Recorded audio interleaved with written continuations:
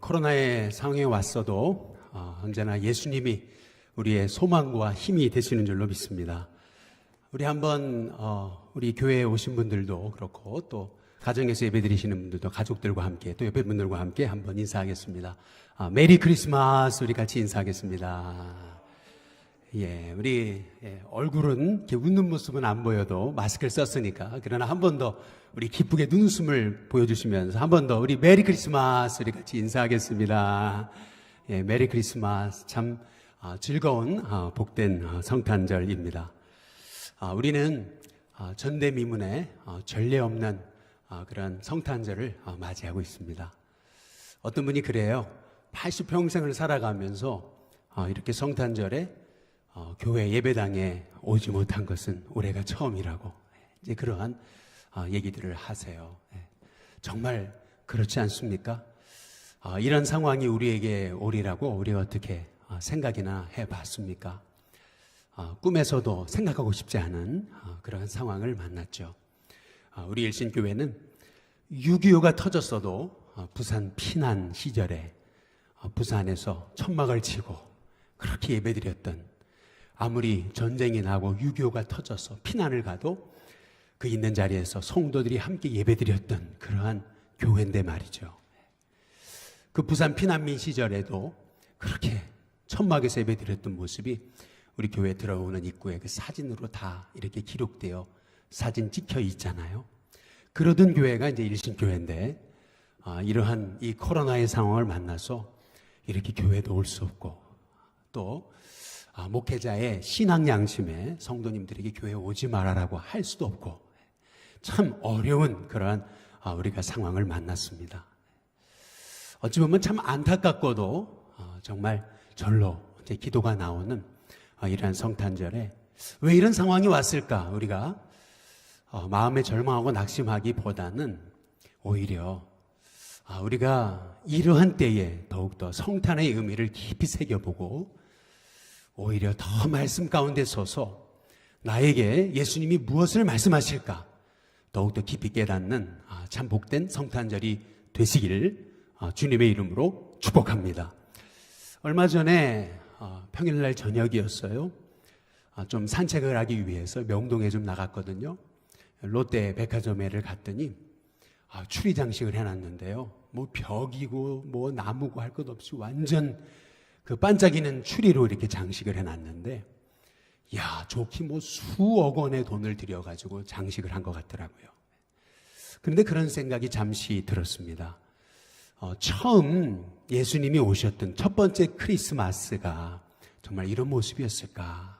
이제 이런 생각을 해보게 되면서 첫 번째 크리스마스는 이렇지 않았겠지라고 하는 그런 생각이 들어요. 그 예수님이 오셨던 그 말구유는 아주 초라한 볼품 없던 곳이었잖아요. 그런데 우리 이 예수님의 나심을 가장 먼저 듣고 또 깨닫고 알고 예수님을 만났던 그 사람들은 세 부류의 사람들 아니었습니까? 요셉과 마리아, 그리고 동방의 박사들, 그리고 들에서 양을 치던 목자들, 이제 이었던 거죠. 참 뜻밖에도 뭐 성경의 전문가라고 하는, 성경을 아주 꿰다고 하는 서기관들과 바리새인들은 예수님을 만나지 못했어요. 예수님을 경험하지 못했습니다. 그러나 오히려 이러한 당시에 가장 볼품없었던 천하디 천한, 또 이방인이었던 그 동방의 박사들이 예수님을 만나는 주인공이 되죠. 또 헤롯 왕 같은 경우는 동방의 박사들이 와서 유대인으로 왕으로 나신 이가 누구냐라고 물었을 때 분명히 예수님 나신 것에 대한 소식을 들었음에도 불구하고 그는 오히려 그 당시로 태어난 아이들 다 죽이라고 하는 유아 학살 명령을 내리죠. 그 유아 학살 명령을 내린 바로 직후에 많은 아이들이 죽어나갔지만, 그러나 이 헤롯도 의문의 병으로 인해서 죽어요. 요세푸스의 이제 기록에 따르면은 갑작스럽게 온몸이 간지러워지고 이제 구토가 나기 시작하면서 생식기가 썩는 그런 괴저 현상과 아주 경련 그리고 고약한 입냄새 열매를 풍기면서 갑작스럽게 죽었다. 근데 이것이 헤롯의 최후였던 거거든요. 참 아이러니했던 거죠. 그러나 하나님께서는 이 요셉과 마리아, 그리고 동방의 박사들, 그리고 이 들에서 양을 치던 목자들에게 말씀하셨다는 거죠. 마르다 대처라고 하는 분이 쓴 순종이라는 책이 있어요. 근데 그 책에 보면은 이런 참 재미난 얘기가 나옵니다. 한 마을에 홍수가 났어요. 그래서 어떤 사람이 홍수를 피하기 위해 자기 집 지붕 위로 올라갔거든요. 물은 차오르죠. 그러니까 이제 동네 사람들도 도망치려고 배를 구해가지고 배를 타고 내려오다가 이 사람을 발견한 거죠. 급히 부릅니다. 누구야, 빨리 타라고. 이제 그랬더니 이 사람이 얘기해요. 아니, 난 됐다고. 난 하나님 구해주실 거라고. 그래서 이 사람 어쩔 수 없이 지나갑니다. 물이 허리까지 찼어요. 또 이제 어떤 사람이 배를 타고 급히 피신을 합니다. 피신을 하면서 이 형제를 보게 된 거죠. 그래서 또 다시 얘기합니다. 내가 구해줄 테니까 빨리 내 배를 타라고. 그랬더니 이 형제가 그런 얘기를 해요. 아니, 됐다고. 주님이 오셔서 날 구해주실 거라고. 역시 시간이 지나서 물이 목까지 찼습니다. 위에서 헬리콥터가 이제 이 사람을 이제 구하기 위해서 와서 줄을 내려드려요. 그리고 확성기로 얘기합니다. 빨리 이 밧줄을 잡으라고. 그랬더니 이 사람 얘기하죠. 아니나 됐다고. 난 기도하고 있다고. 주님이 구해주실 거라고. 결국에는 이 사람은 물에 빠져 죽어버렸습니다. 이 사람이 너무나 억울해가지고 이제 하나님을 만나서 물었다는 거죠. 하나님, 내가 그렇게 힘들고 어려울 때 그렇게 구해달라고 도와달라고 그렇게 외쳤는데 하나님 왜 안 구해주셨냐고. 왜 침묵하시 말씀하지 않으셨냐고. 이제 그때 우리 하나님 말씀하시더라는 거죠. 내가 너에게 3번이나 널 구해주기 위해 사람들을 보내지 않았냐. 하나님은 말씀하지 않으신 것이 아니고 그 형제에게 3번이나 말씀하셨다라는 거죠.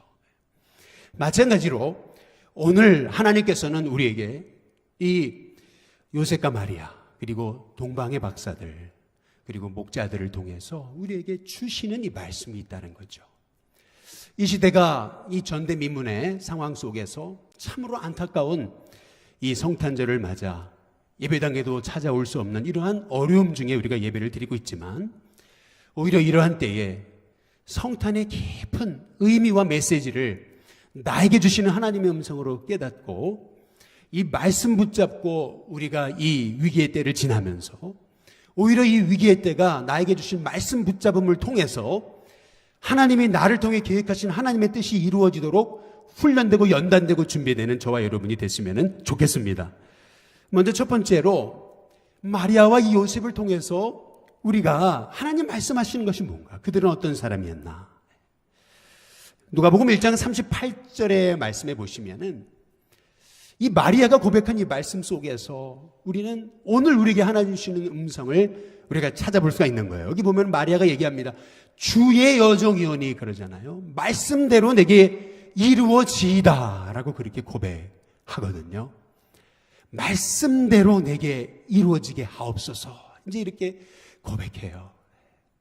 절대적으로 하나님의 뜻에 순종하겠다라고 하는 절대 복종, 절대 순종, 절대 의탁의 고백이 이 마리아의 이 고백을 통해서 우리가 볼 수 있는 것이죠.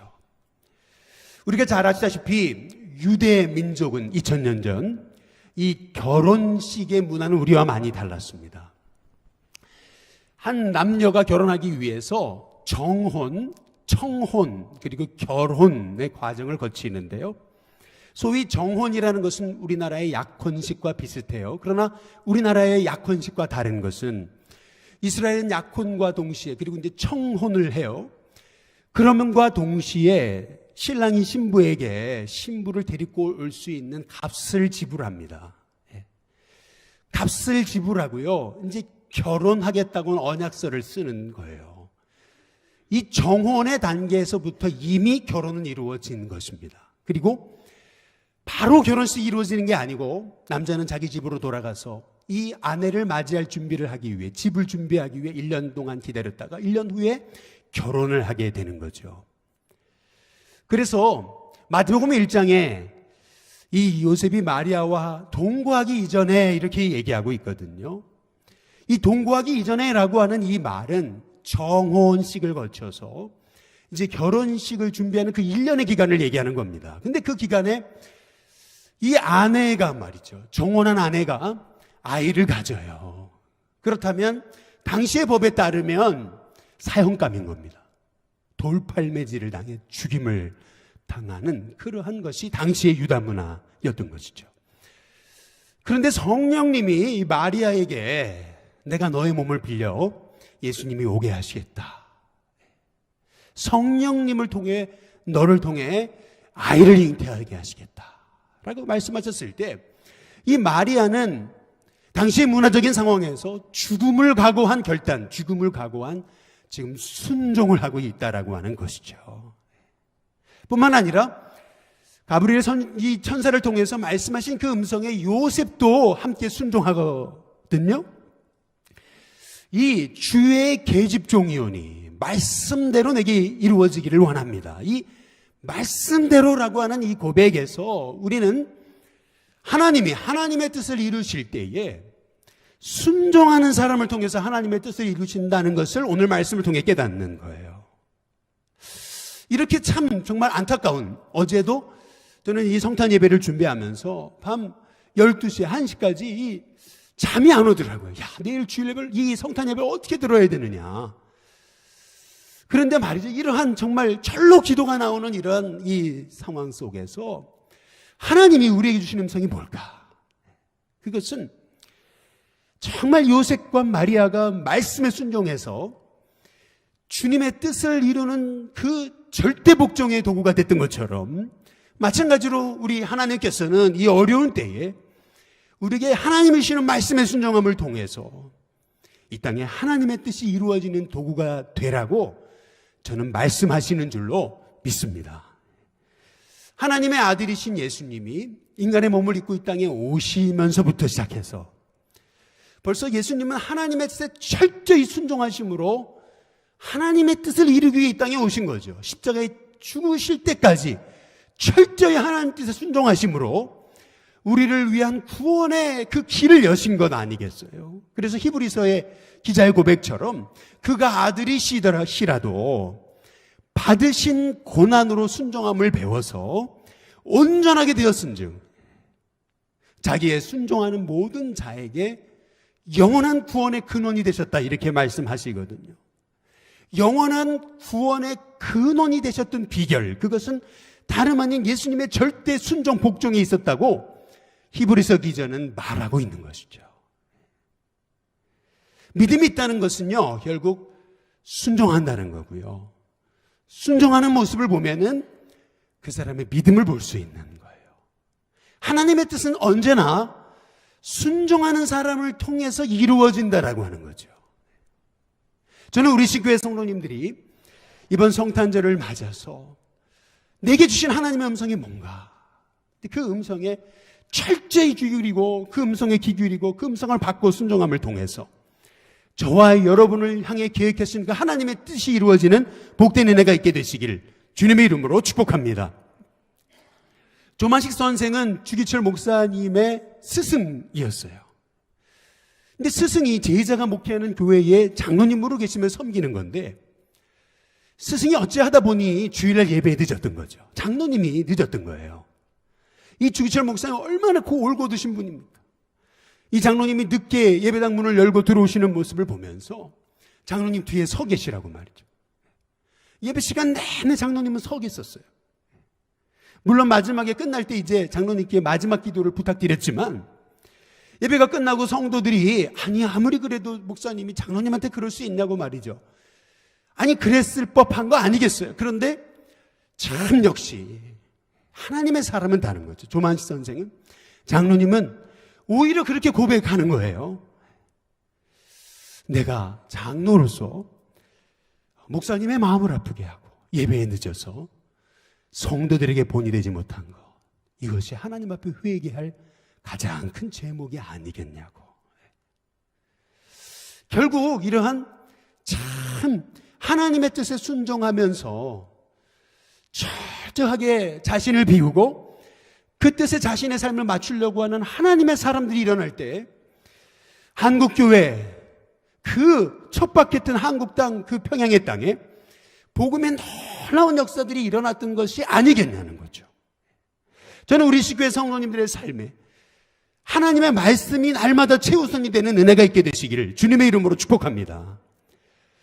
여러분, 어제 크리스마스 이브, 크리스마스 이전야 아마도 많은 분들한테 이렇게 성탄 카드나 성탄 메시지, 카톡들이나 메시지 문자를 받으셨을 거예요. 저도 어제 이 성탄 카드나 메시지들을 받았거든요. 근데 참 제 마음에 뜻밖의 감동이 되는 이 성탄 그 축하 인사가 있었어요. 미국에서 온 한 선교사님의 그 인사였는데요. 얼마 전에 우리 교회가 얼마 전까지 후원했던 분이에요. 우리 교회에서도 한번 설교하셨죠. 탄자니아에서 선교하셨던 최명철 선교사님이시란 분인데, 이분이 탄자니아에서 한 5, 6년 선교하시다가 미국으로 다시 돌아가셨어요. 미국으로 돌아가시면서 저한테 하셨던 말씀이, 저는 이제 미국 시민권자고 연금도 이제 다 나올 때가 돼서 목사님 이제 저 후원하지 않으셔도 됩니다. 이제 그래서 이제 우리가 후원을 중단했던 거죠. 그러면서 이분이 그러나 이제 탄자니아 선교를 끝나고 미국으로 돌아가셨지만, 그러나 선교를 끝낸 게 아니고 펜실베니아라고 하는 곳에 국제학교에서 이제 이분이 태권도 선생님이시거든요. 태권도 선교사예요. 그래서 태권도를 가르치면서 이제 그곳이 이제 사역지로 섬기셨던 분이에요. 그런데 이제 카톡이 왔어요. 뭐라고 카톡이 왔냐면, 목사님, 탄자니아가 어렵답니다. 그래서 선교사님이 필요하다고 저한테 다시 오면 안 되겠냐고 요청하는데, 어려운 때지만 제 인생의 마지막이라 생각하고 탄자니아로 다시 들어가기로 했습니다. 그러면서 하시는 말씀이, 탄자니아 정부에 입국 신청 허가서를 제출한 상황이고 미국 생활은 다시 다 정리하기로 했고, 그리고 이제는 섬으로 가기로 했다고. 그 아프리카, 그 코로나가 창궐해 있는 그 땅에, 그곳에 복음 전하기 위해서 내 인생 마지막이라 생각하고 다시 선교의 걸음을 딛기로 했다고, 기도해달라고. 70을 바라보시는 분인데 내 인생의 마지막이라고 생각하고 이제 섬으로 들어갑니다. 어디 섬인데 기도해달라고. 이제 이렇게 카톡이 왔어요. 저는 이제 그 카톡 메시지를 받고 저희 사역자 카톡방에 그 메시지를 그대로 올렸어요. 같이 기도하자고. 참 제게 뜻밖의 크리스마스 이브에 참 감동이었어요. 미국에서 섬길 때 워싱턴 감리교회에 같이 섬기던 집사님이셨거든요. 그분이 선교사로 자원해서 평신도 태권도 도장을 운영하셨던 분인데 다 정리하고 탄자니아로 가셨던 거거든요. 제가 이제 그 광경을 보면서 그런 생각을 해봤어요. 그렇구나. 지금 이 시대에도 이렇게 어려운 아프리카의 이 코로나가 창궐해 있는 이런 상황이라고 하지만 하나님의 부르심에 순종해서 그 순종의 걸음을 디딛는 한 사람을 통해서 하나님 지금도 하나님 말씀하시고 일하시는 거구나. 당시 그 예루살렘 이 이스라엘 땅에 수많은 이스라엘 사람이 살았지만 하나님의 그 아들을 나게 하시는 구원의 도구로 마리아 한 사람, 요셉 한 가정을 택하셨던 것처럼 그 한 사람의 순종을 통해서 예수님이 이 땅에 오실 수 있었던 것처럼 마찬가지로 이 땅에 많고 많은 그리스도인들이 있지만, 그러나 저는 우리 신교회 성도님들이 하나님 말씀의 순종함을 통해서 이 어려운 이 전대미문의 상황에 하나님 말씀의 순종함으로 저와 여러분을 통해 하나님이 뜻이 드러나는 은혜가 있도록 정말 아멘, 하나님의 음성에 절대 복종하고 순종하고 절대 의탁하는 하나님의 종들이 우리 일식교회 성도님들 되시기를 주님의 이름으로 축복합니다. 두 번째로 동방의 박사들을 통해 하나님 신 음성이 있는 거죠. 그들은 어떤 사람이었나는 거죠. 마태복음 2장 1절에서 2절에 보면 헤로드 왕 때 예수께서 유다 베들레헴에서 나셨는데 동방으로부터 박사들이 예루살렘에서 왔다 이렇게 얘기하죠. 동방에서. 2절에도 우리가 동방에서 그의 별을 보고 그의 경배하러 왔다 이렇게 얘기합니다. 우리가 보통 동방 박사다 이렇게 얘기를 하는데, 그러면 그들은 어디에서 온 사람이냐는 거죠. 보통 그 기독교의 전승에 따르면 그들은 페르시아에서, 지금의 이란에서 온 사람들이다, 이렇게 우리가 알고 있지 않아요? 증거가 어딨냐는 거죠. 그 증거가 어딨냐는 거예요. 많은 사람이 묻죠. 예, 증거가 있습니다.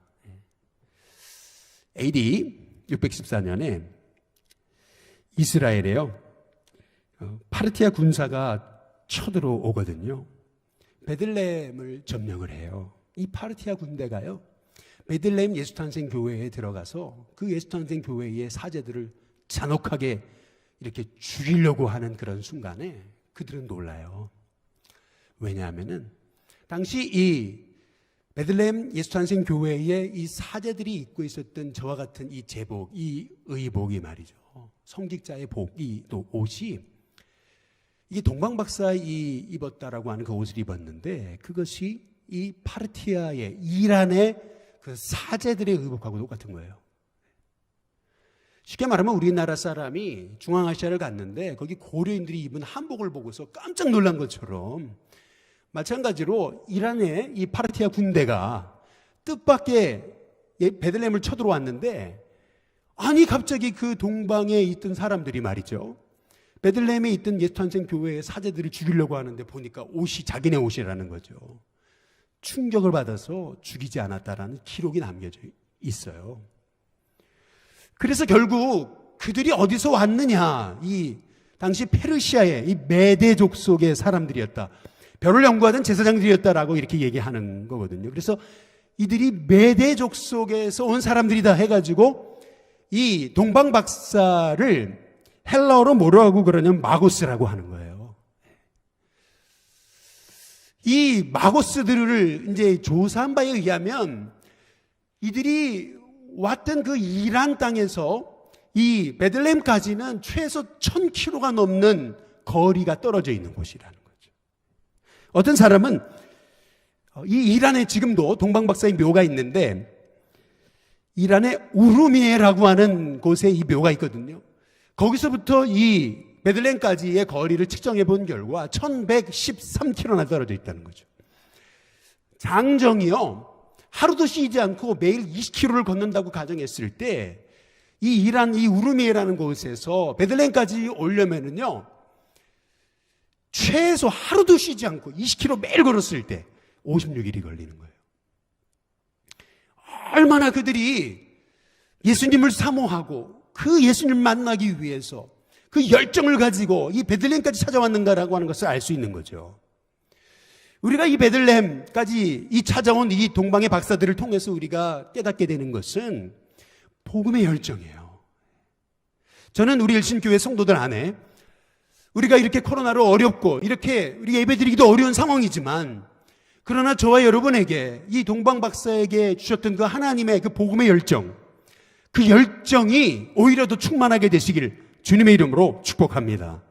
복음의 열정, 복음의 사모함, 그 복음의 간절함이 우리 일신교회 성도님들에게 흘러넘치기를 원하는데요, 이 우르미에에서, 이 이란에서 베들레헴까지 오려면은요, 이 북방의 이 루트를 통해서 왔다, 당시 이 대상들의 걸음을 통해서 이 루트를 통해서 왔다라고 따져본다면요, 이들이 오면서 수많은 헤롯의 건축물을 보게 되는 거예요. 헤롯은 건축 미치광이였거든요.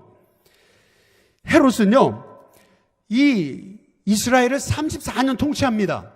34년 통치하는 동안요, 별의별 건축물을 다 지었어요.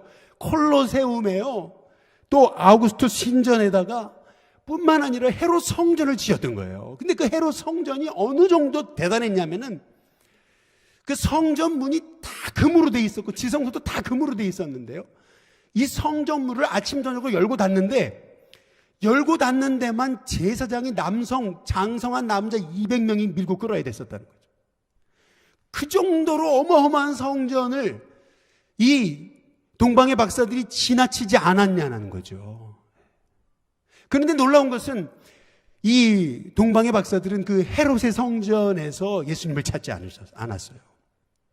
오히려 그렇게 휘황찬란하고 그 정말 장엄한 그 성전에서, 헤롯의 성전에서 예수님을 발견하고 만난 것이 아니라, 오히려 말이죠, 베들레헴의 아주 초라한 마구간에서 누워있는 어린아기 예수님을 보고요, 그 예수님을 찾아가서 결국 그 베들레헴에 서 있는 그 별을 보고 오늘 말씀해 보니까 이렇게 얘기하거든요. 누가복음에 우리 2장에 보시면은 이제 이렇게 말씀합니다. 10절에 그들이 별을 보고 매우 그다음 뭐라고 말씀해요? 크게 기뻐하고 기뻐하더라 그래요. 그리고 2장 11절에 보니까 엎드려 아기께 경배하고 황금과 유향과 몰약을 예물로 드렸다고 얘기합니다. 황금과 유향과 몰약이 뭐죠? 황금과 유향과 몰약.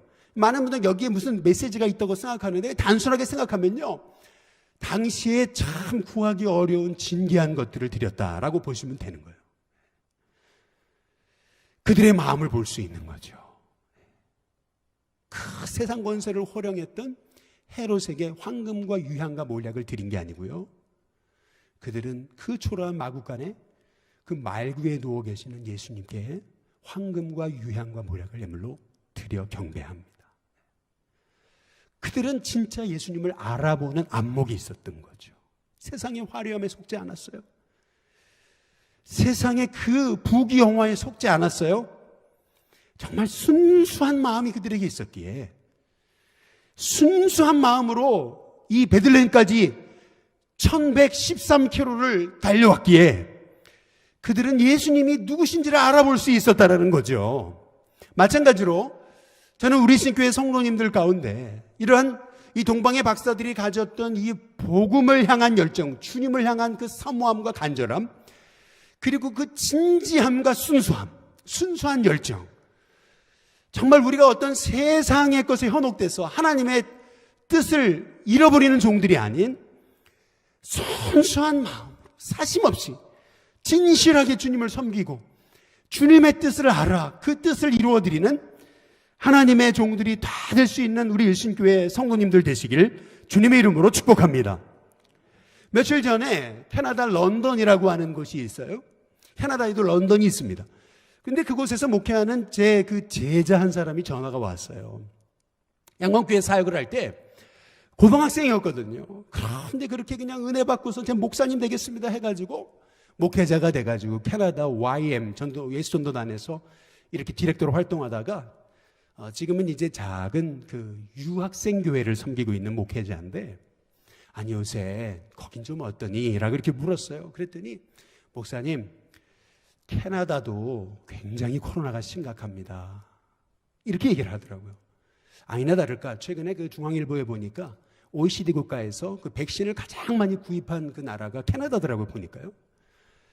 이 캐나다도 굉장히 지금 코로나가 너무나 창궐이 있습니다. 근데 목사님, 우리 교회는 유학생 교회 아닙니까? 코로나가 창궐하다 보니 학생들이 다 떠났습니다. 이제 매주일 예배는 드리는데 그동안 다 비대면을 드리다가 9월부터 다시 이제 예배를 시작해서 예배를 드리는데 다 한 사람 한 가정 나옵니다. 이렇게 얘기를 해요. 그러면서 하는 말이, 집에서 서울에서 한국에서 부모님이 자꾸 들어오라 그러는데 제가 들어갈 수 있겠습니까? 이런 얘기를 해요. 저는 그 얘기를 듣고 참 마음이 이렇게 참 뭉클했어요. 주님의 복음을 전하는 데 있어서 우리가 이방 땅 수백 수천 리를 날아가서 이름도 없이 빛도 없이 누가 알아주지 않아도 전기도 들어오지 않는 그 땅까지 들어가서 우리가 정말 하나님 복음 전하고 교회를 세우는 우리 일신교회, 그런 주님의 교회 되게 해달라고 이제 그렇게 기도하게 되는 이제 계기였어요. 이 동방의 박사들의 이 발걸음을 묵상하게 되면서 하나님 왜 이런 이 전대미문의 성탄절을 우리에게 주셨을까? 어찌 보면은요, 이 동방의 박사들의 이 발걸음이 우리는 그냥 동방 박사 세 사람 뭐 귀한 예물 가지고 별 따라 왔도다. 오 탄일 밤에 뭐 빛난 별, 아름답고 빛난 별 말이죠. 여러분 그냥 우리와 관계없는 그러한 이 동방의 박사의 그냥 그 사람들이라고 여겨졌던 이 걸음이 어찌 보면은요, 우리에게 지금도 세계 열방의 복음을 듣지 못한 그런 오지 곳곳에 교회가 세워지지 않은 주님의 음성 듣지 못한 참 수많은 영혼들이 있는데, 그 영혼들에게 찾아가 주의 복음 전하는 교회가 되라고 하는, 성도가 되라고 하는, 그런 선교하는 교회가 되라고 하는, 선교하는 목사와 성도와 주님의 종들이 되라고 하는 하나님의 음성이 아닐까라고 하는 생각을 갖게 됐습니다. 바라기는 저와 여러분 가운데 이번에 성탄절이 우리의 심령 가운데, 하나님 그렇습니다, 주의 뜻에 순종하겠습니다, 그렇습니다, 동방의 박사들처럼 열정 가지고 복음 전하는데 우리의 삶을 드리겠습니다, 그것도 순수한 마음으로 주님 쓰임 받도록 내 삶을 드리겠습니다 고백하는 저와 여러분이 되시기를 주님의 이름으로 축복합니다. 마지막 세 번째로, 목자들을 통해 주시는 하나님의 음성이 있는 거죠. 목자들은 어떤 사람이었냐는 겁니다. 누가복음 2장 8절의 말씀에 보면은, 저는 이 말씀을 묵상하다가 이게 하나님 음성이구나라는 걸 깨달았어요. 그 지역의 목자들이 밤에 그랬어요. 밖에서 자기 양떼를 지키더니. 저는 이 말씀 묵상하는데 가슴이 뭉클했어요. 그 지역에서 목자들이 밤에, 이스라엘이요 12월, 1월이 되면 우리나라처럼요 이 새벽에는 엄청나게 춥습니다. 낮에는 그나마 따뜻해요. 그런데 새벽에 갑자기 온도가 내려가요. 이 기온이 갑자기 떨어지기 때문에 그 추위의 이 체감 온도는 엄청나게 된 거죠. 밤에, 그것도 밖에서라 그랬잖아요. 밖에서. 여기서 말하는 밖이라고 하는 것은 그토록 혹독한 그러한 그 겨울을 맞고 있는 이 목자들의 상황을 말하고 있는 거죠. 우리 지금 이렇게 코로나 블루, 코로나 레드, 코로나 블랙이라고 하는 이런 신조어가 생겨지는 이러한 때에 우리도 어찌 보면 이렇게 혹독한 이 겨울을 맞고 있지 않아요? 그런데 그 지역에서 목자들이 밤에 밖에서 그들이 했던 일이 뭐예요? 자기에게 맡겨진 양떼를 지키고 있었다는 거죠. 자기에게 맡겨진 양떼를 지키고 있었다. 저는 여기에 은혜를 받았어요. 주님은 누구에게 오늘도 찾아오십니까? 아무리 삶이 어렵고 고달프고 힘들고 어려워도 나에게 맡겨주신 주님의 사명 감당하려고 하는 충성된 하나님의 종에게 하나님 오늘도 찾아오십니다. 밤에 밖에서 자기 양떼를 지키고 있었던 그 목자들에게 우리 주님이 찾아오시잖아요. 왜 하필 그 이스라엘 땅의 수많은 사람, 그 사람들을 제외하고 그것도 밤에 밖에서 자기 양떼를 지키고 있었던 충성스러운 목자들에게 우리 주님이 찾아오셨냐는 거죠. 여기 메시지가 있는 거예요. 바로 아무리 삶이 힘들고 버거울지라도 주님이 맡겨주신 목자의 사명, 자기 양떼를 지키는, 자기 양떼를 돌보는 그 사명을 감당하는 주의 종이 되거라. 우리 주님 우리에게 말씀하신다고 저는 분명히 믿습니다. 그래서 잠언 25장 13절 말씀처럼 충성된 사자는 그를 보낸 이에게 마치 추수하는 날에 얼음 냉수와 같다 하셨습니다. 주인의 마음을 시원하게 한다. 우리 주님은 지금도 이 어려운 때에 우리가 살고 있지만 우리를 보낸 그 주님의 음성에 따라서 내게 맡겨진 그 양떼, 자기 양떼를 지키며 하나님 부르신 자리에서 충성스럽게 주님의 뜻을 따라 섬기는 하나님의 종에게 우리 주님이 찾아오십니다. 그래서 그 음성을 받은 목자들은요, 말씀 받은 대로 오늘 누가복음 2장 15절 17절에 보니까 목자들은 그랬어요. 자기에게 이 아기에 대하여 말한 걸 그대로 가서 전해요. 충성스러운 종들이었기에 그들은 그 아기를 찾아가서 충성스럽게 하나님이 주신 메시지를 전하거든요. 마찬가지로 저는 우리 신교회 성도님들의 삶에 우리가 어려운 시대를 살고 있지만 그러나 밤에 밖에서 이런 힘겨운 삶을 살고 있는 우리지만 그러나 나에게 맡겨진 그 주님의 사명 정성스레 감당하는 목자와 같은 삶을 살아갈 때 하나님께서 저와 여러분을 통해서 계획하신 하나님의 뜻, 하나님의 계획을 반드시 이루실 줄로 믿습니다. 이 말씀만 드리고 마치겠습니다. 인도 출신의 위대한 전도자 사두 순다르싱이라고 하는 분이 있습니다. 보통 썬다싱이라고 알려진 분인데 이분은 1889년에 인도에 아주 부유한 시크 교도 집안에서 태어났습니다. 부유한 집안에서 태어났기에 장로교 선교사님이 운영하는 아주 부유한 미션 스쿨에서 학교를 다녔어요. 미션 스쿨에서 학교를 다녔지만은 그러나 늘 기독교에 대한 반감을 가지고 있었어요. 그래서 1905년 어느 날 자기가 가지고 있던 성경을 찢고 불태워버립니다. 근데 이상하죠.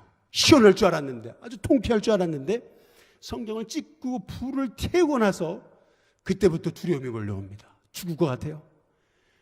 두려움과 불안이 몰려오는데 참을 수가 없어가지고 그날 밤 목욕제기를 하고 엎드렸어요.